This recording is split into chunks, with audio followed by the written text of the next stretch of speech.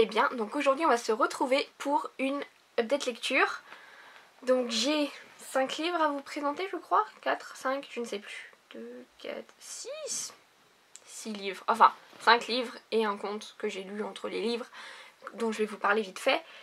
Et le tout dernier livre je l'ai fini il y a 10 minutes à peu près. Donc je voulais pas vous en parler à la base, je voulais le garder pour la prochaine update lecture. Mais je me suis dit que vu que je l'avais bien en tête c'était mieux.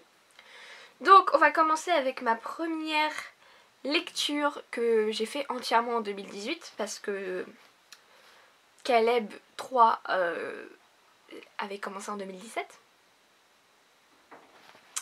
Et donc c'était sur ma liseuse évidemment, il faut juste que j'aille chercher la couverture pour vous le montrer. Et donc le premier livre dont je vais vous parler c'est À jamais, donc de Fanny André aux éditions Addictive. Alors ce livre, bon cette fois je me suis dit que j'allais essayer de préparer un peu plus mes vidéos et j'ai noté pas mal de choses. Donc, À jamais, c'est l'histoire de Chloé qui est atteinte d'un cancer en phase terminale. Donc voilà, c'est une lycéenne de 17 ans je crois qui est en région parisienne si je ne me trompe pas. Et donc voilà, donc seulement ses parents et ses enseignants, enfin le lycée, les directeurs et les profs savent pour son cancer. Elle n'en a parlé à aucun de ses amis. Enfin, elle n'a plus trop d'amis en fait quand elle a appris qu'elle allait mourir. Elle a un petit peu changé et du coup elle n'a plus trop d'amis. Et donc personne dans sa classe ou dans son lycée n'est au courant de sa maladie. Et donc en fait, il y a un garçon donc, qui n'est pas dans sa classe je crois, qui s'appelle Adéane. Et en fait ils vont se retrouver ensemble pour travailler sur un projet en fait. Et ils vont petit à petit se rapprocher et tout. Comme elle va commencer un petit peu à ressentir des choses pour lui. Sauf ce qu'on ne sait pas, c'est que Adéane a un secret. Voilà, et elle donc aussi a un secret, elle ne parle pas de sa maladie, elle ne lui en parle pas non plus. Et lui en fait il a un secret, donc je vais pas vous révéler exactement ce que c'est, mais ça pourrait en fait la sauver et l'empêcher de mourir. Donc voilà, tous les deux ils ont leur secret, ils n'en parlent pas, ils commencent à avoir une histoire d'amour. Et voilà, c'est comme ça que ça commence en gros. Et donc pour moi cette lecture ça a été un énorme coup de cœur. Je l'ai lu en 3 jours je crois, alors que c'est quand même un sacré pavé je crois en vrai. Et alors par contre j'ai préféré la première partie, un petit peu toute cette période où tous les deux ils ont leur secret. Ils en parlent pas et à chaque fois qu'ils sont ensemble on a envie de leur dire mais dis-lui que t'es malade, ou dis-lui que... Voilà, je vais pas vous dire. Mais et donc il y a cette envie de toujours voir la suite pour voir jusqu'au moment où il va se passer la révélation en fait. Et après ça, l'histoire est toujours aussi bien, mais j'étais moins addict. Mais enfin quand même hein. Voilà, donc ça a vraiment été un gros coup de cœur. Après, c'est un tome 1, mais la fin me laisse un petit peu perplexe sur la suite en fait. Je peux pas trop vous dire parce que j'ai pas envie de vous spoiler, hein, ce qui est normal. Mais je sais pas, je sais pas trop quoi penser de la fin en fait. Ensuite, après ça, j'ai lu un conte tout simplement. J'ai lu La Petite Sirène de Andersen. Donc en fait, j'avais regardé une vidéo d'une booktubeuse qui faisait une analyse sur ce conte parce que... Voilà.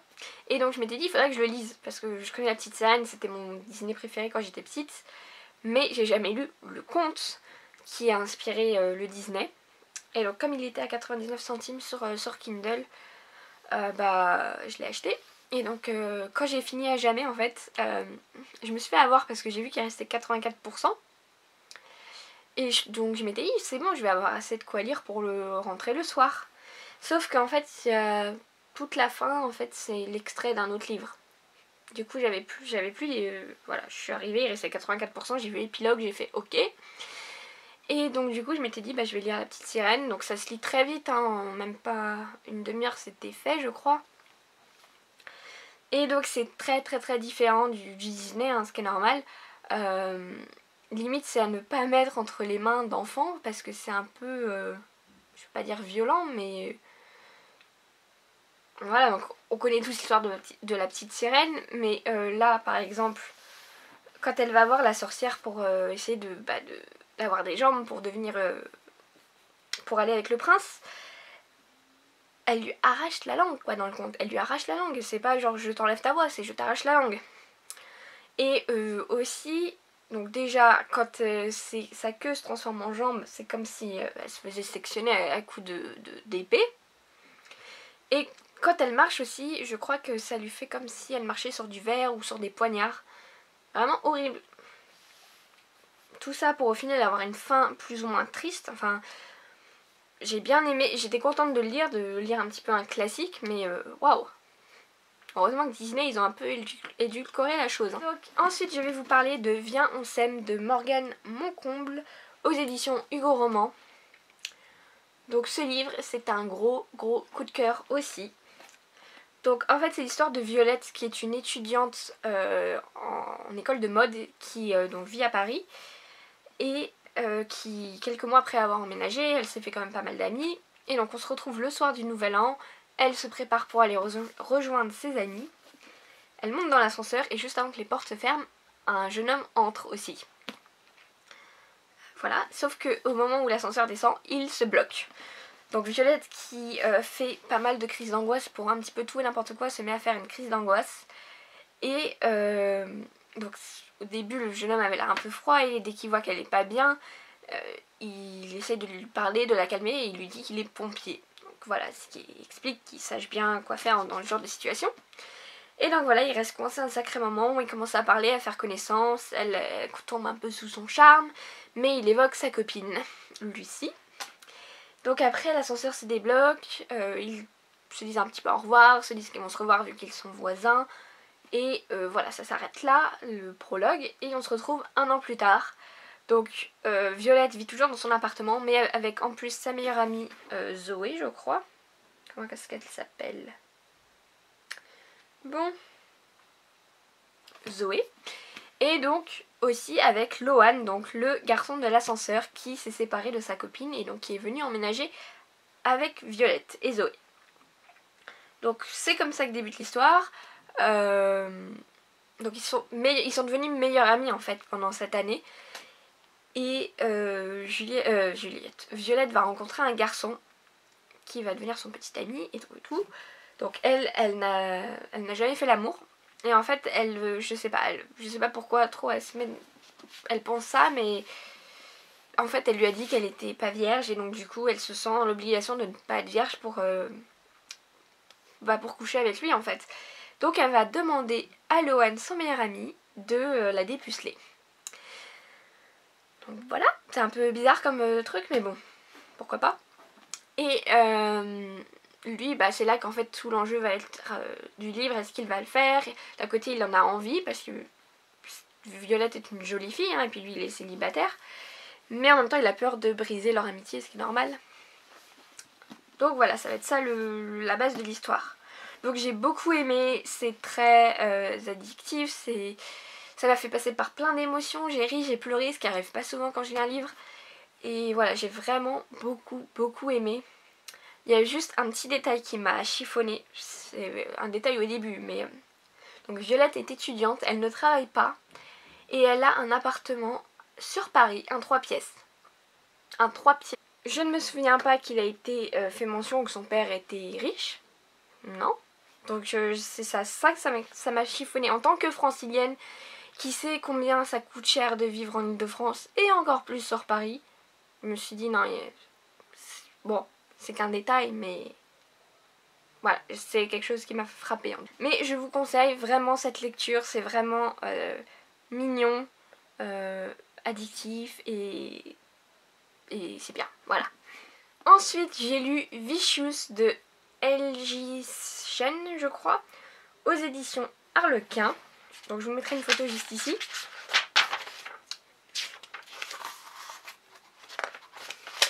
Alors je vais vous faire un rapide petit résumé. Alors en fait, l'histoire se passe sur deux époques. Donc tout d'abord, pendant la jeunesse donc, de la personnage principale qui s'appelle Emilia, surnommée Millie, donc qui est en fait fille, donc ses parents en fait son domestique arrive dans une nouvelle maison pour s'occuper de la maison. Bon, c'est plutôt un manoir, hein. Et donc la mère va s'occuper du ménage, de la cuisine, le père du jardin, de la piscine. Et en fait, les propriétaires donc, sont très rarement là. Et donc le fils du père se surnomme Vicious. Et en fait c'est un mec exécrable quoi, qui va vraiment faire vivre un enfer à Millie pendant l'année qu'elle va passer là-bas. Mais malgré tout cela, elle craque un petit peu pour lui, voilà, elle peut pas s'en empêcher. Et voilà, ça c'est pour la première partie, enfin pour la partie qui se passe dans le passé. Et ensuite, 10 ans plus tard, on est à New York, Millie travaille, donc vit à New York. Elle fait 2 travails puisqu'elle vit avec sa petite sœur qui a la mucoviscidose et qui ne peut pas toujours travailler parce que des fois elle est trop malade. Donc elle travaille comme secrétaire et comme serveuse. Et donc un beau jour il lui arrive que des merdes. Elle se fait virer de son travail de secrétaire. Elle se fait voler son sac à main. Et donc après elle va travailler le soir au bar. Et là elle arrive à une table et il y a Vicious avec un homme. Donc il n'a pas l'air de la reconnaître, donc il l'ignore complètement. Il se comporte vraiment comme un... Vous voyez le genre de client vraiment qui se prend pour un roi. Et voilà, bref. Donc voilà, mais au final il la reconnaît, il vient la voir un petit peu après. Et je sais plus si elle lui parle de ses problèmes ou quoi, mais en gros il en arrive à lui proposer un travail comme son assistante. Parce qu'il travaille, il a évidemment, oui je vous avais pas dit, mais quand il était jeune il avait 4 meilleurs amis. Enfin 3 meilleurs amis, du coup ils étaient 4. Et tous les 4 ils ont créé une boîte de... Je sais pas si c'est de trader ou je ne sais quoi. Enfin un truc dans la finance. Et il va lui dire, si tu veux, sois mon assistante, je te paye 150 000 $ à l'année. Donc voilà, elle, clairement, donc oui, il lui dit ça, il lui dit je te donne un appart parce qu'elle vivait dans un studio, dans un quartier pourri qui était mal chauffé alors que sa soeur est malade. Il lui dit je te donne un appart et une infirmière pour ta soeur. Donc elle, d'un côté, c'est le genre du genre de personnage, souvent on a ce genre de personnage d'ailleurs dans les livres, qui ne veut pas de la charité, qui veut se débrouiller à 100% par elle-même, mais d'un côté... Elle sait qu'elle est dans la merde, donc qu'elle n'a pas trop le choix d'accepter. En même temps, elle a toujours un petit peu des sentiments pour lui, même si en même temps elle le déteste. Donc voilà, au final, elle finit par accepter, sauf qu'il va lui demander autre chose en échange. Rien de sexuel, hein. Non, non, non. Même si au bout d'un moment, il va se passer des choses entre eux, hein, évidemment. Donc voilà pour la base de l'histoire. Donc en fait, ce livre, j'en avais entendu parler sur plusieurs chaînes. Et je m'étais dit ok je vais le mettre dans ma liste de futurs achats. Mais bof, sans plus, j'étais pas pressée de le lire. Et un jour je traînais sur Livre Addict et j'ai regardé les commentaires. Et il y a une fille qui disait que c'était la version américaine du manga Hanayori Dango. Donc qui est un manga japonais où il y a eu un drama japonais et aussi surtout un drama coréen que j'ai adoré. Qui s'appelle Boys Over Flowers. Donc voilà, et c'est vrai que la similitude entre les deux est assez frappante. Donc en fait, dans le drama, donc ça se passe en Corée, il y a Kun Jang-gi, donc qui est une roturière, on va dire, qui est fille de... j'allais dire de presseur, non. Son père a un pressing, voilà. Et en fait, elle doit livrer des uniformes dans la meilleure école de Séoul, en gros, l'école la plus réputée, où il faut payer je ne sais pas combien l'entrée. Bref, elle arrive à rentrer dans l'école. Et donc dans l'école, il y a 4 garçons qui s'appellent les 4F, qui font la loi, dont les filles sont toutes amoureuses et tout, et dont le mec principal, enfin le chef principal, est un gros connard qui traite tout le monde comme de la merde, et voilà. Et donc au début, elle le déteste, et évidemment il va se passer une histoire d'amour. Et ce qui m'a fait rire, c'est que vraiment dans Vicious, il y a un peu le parallèle, en tout cas dans la partie passée. C'est-à-dire que Vicious, avec ses 4 amis, ils forment un groupe qui s'appelle les Four Hot, je sais plus quoi, un autre truc qui commence par H. Et donc voilà, ils font pareil la loi dans le lycée, donc qui est un lycée public. C'est pas comme dans le drama. Mais voilà, ils ont toutes les filles à leurs pieds, ils font ça, il y a une fille qui arrive, après ils les jettent, enfin voilà. Voilà. Et donc voilà, pareil, on a la jeune roturière qui arrive et qui va chambouler le cœur du gros connard. Elle, un peu résister, mais en même temps craquer. Enfin voilà, c'est le même genre d'histoire et c'est pour ça que j'ai eu le déclic pour lire Vicious et je ne regrette vraiment pas. Parce que c'est une bonne lecture, même si c'est pas un coup de cœur, mais c'est quand même une très bonne lecture. Ensuite, avant-dernier livre, et c'est encore un livre papier, donc c'est Le Songe de Tarryn Fisher aux éditions Hugo Roman. Donc, ce livre, tout comme Viens on s'aime, je vous les avais présentés dans mon dernier book haul, je crois, ou avant-dernier, je sais plus. Bref, donc je vais vous faire un rapide petit résumé aussi. Donc, c'est l'histoire d'Elena, qui est une fille tout à fait normale, qui est étudiante en mathématiques, je crois, pour devenir comptable. Elle sort avec son copain qui s'appelle Neil. Elle a sa meilleure amie qui s'appelle Della, qui sort avec un garçon qui s'appelle Kit. Donc voilà, ils passent assez souvent du temps ensemble. Et un jour, Elena va faire un rêve. Elle va rêver qu'en fait, elle est mariée à Kit, qu'ils ont leur maison dans la ville d'où il vient, en fait, dans l'état de Washington. Et donc voilà, dans ce rêve, tout le semble très réel. Elle a 2 enfants, donc le premier enfant avec Neil qui est parti parce qu'il l'a trompée et qu'il est avec une autre fille. Et elle a une fille aussi avec Kit, voilà. Et quand elle va se réveiller, ce rêve va la perturber à un point que voilà, en fait, elle va commencer du coup à avoir des sentiments pour Kit. Et voilà. C'est ça le début de l'histoire.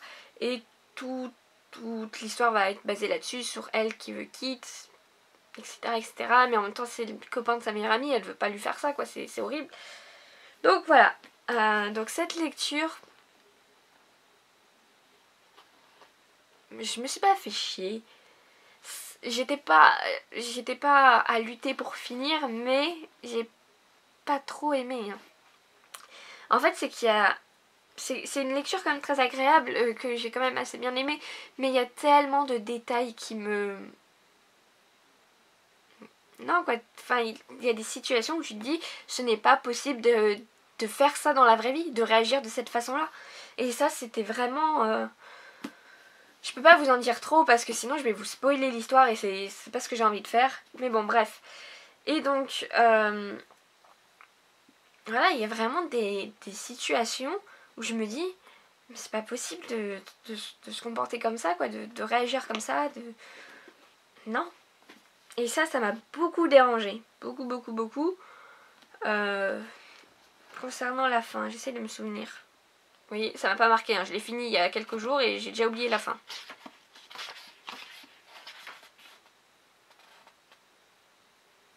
Ah oui.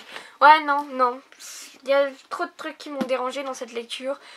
Je vais pas vous dire que je vous la recommande pas, mais... Mais non. Non. Donc, le dernier livre dont je vais vous parler, donc que j'ai fini il y a 10 minutes, c'est le livre... Enfin, c'est le tome 1 de Rune, de la saga Rune, de Edna Walters. Alors, je ne sais plus du tout c'est à quelle édition. Édition auto-éditée. Je sais pas ce que ça me dit là sur Livre Addict. Bref, je ne sais pas. Donc j'ai déjà tourné cette partie de vidéo et j'arrivais pas à vous faire un résumé potable. Donc du coup, je suis désolée mais je vais vous lire le synopsis. Parce que je m'embrouille. Même si je l'ai fini, que je l'ai commencé avant-hier. Non, hier. Et que je l'ai fini aujourd'hui. Je sais pas si l'histoire s'est trop bousculée dans ma tête, tout est arrivé trop vite, mais j'arrive pas à faire un résumé correct. Donc, Rain Cooper, une jeune femme de 17 ans, traverse une période difficile entre la disparition de son père, le comportement fantasque de sa mère et le déménagement prochain de son petit ami. Donc, ils disent petit ami, mais c'est plus son meilleur ami qui devient son petit ami. Bref, la dernière chose dont elle a besoin en ce moment, c'est l'arrivée de Torrin St. James, un nouveau voisin, mystérieux au sourire taquin qui la fixe avec insistance dès qu'elle croise son regard. Rain est attirée malgré elle par le charme ténébreux de Torrin, jusqu'à ce qu'il lui sauve la vie à l'aide de marques étranges. Elle comprend alors qu'il est différent des autres. Or, depuis qu'il l'a guéri, quelque chose a changé en elle. En proie à des sentiments contradictoires, son cœur balance. Doit-elle le fuir ou tomber dans ses bras? Effrayée par ce qui lui arrive, elle décide d'en savoir plus sur cet énigmatique jeune homme. mais plus elle s'approche de la vérité, plus qu'elle découvre se révèle sinistre. L'histoire de Thorin est liée à une mythologie ancestrale et elle s'y retrouve mêlée contre son gré. Reine et ses amis sont en danger, elle doit choisir son camp, mais le mauvais choix pourrait lui coûter la vie. Voilà. Donc, j'ai beaucoup aimé cette lecture. Alors, c'est pas un coup de cœur comme j'aurais imaginé que ça puisse être. Mais j'ai quand même beaucoup aimé. Je ne sais pas pourquoi c'est pas un coup de cœur. Parce qu'il y a tout vu quoi. Il y a la mythologie nordique, il y a une histoire d'amour. Bon, il y a un triangle amoureux comme dans beaucoup d'histoires. Mais voilà, ça m'a fait pas mal penser à Twilight en fait. Et c'est vrai que voilà, j'aime beaucoup Twilight quand même. Donc je ne sais pas pourquoi ça n'a pas été un coup de cœur. Voilà, mais voilà, j'ai fini le tome 1 tout à l'heure et vu la fin que c'est, je devais commencer Phobos à partir de ce soir, enfin quand je lirai la prochaine fois. Mais là en fait mon doigt a ripé, j'ai acheté le tome 2 et le tome 3 de Rune. Du coup je pense que je vais continuer là-dedans. Je crois qu'il y a 7 tomes par contre. Donc je sais pas si je vais lire les 7 tomes d'un coup. Peut-être, hein, je pense qu'il vaut peut-être mieux rester dans l'histoire et après passer peut-être à tous les Phobos. Donc ça après je m'en sors pas trop mal puisque j'ai vu que le tome 2 de Rune sur ma Kindle était à 2,99 et le tome 3 à 3,71. Donc ça va. C'est vraiment une bonne lecture que j'ai beaucoup aimée et j'ai très hâte de lire à la suite parce que je pense que ça va être pas mal. Donc voilà tout le monde, j'espère que vous allez bien. J'espère que la vidéo vous a plu et je vous retrouve très bientôt pour une prochaine vidéo. Salut!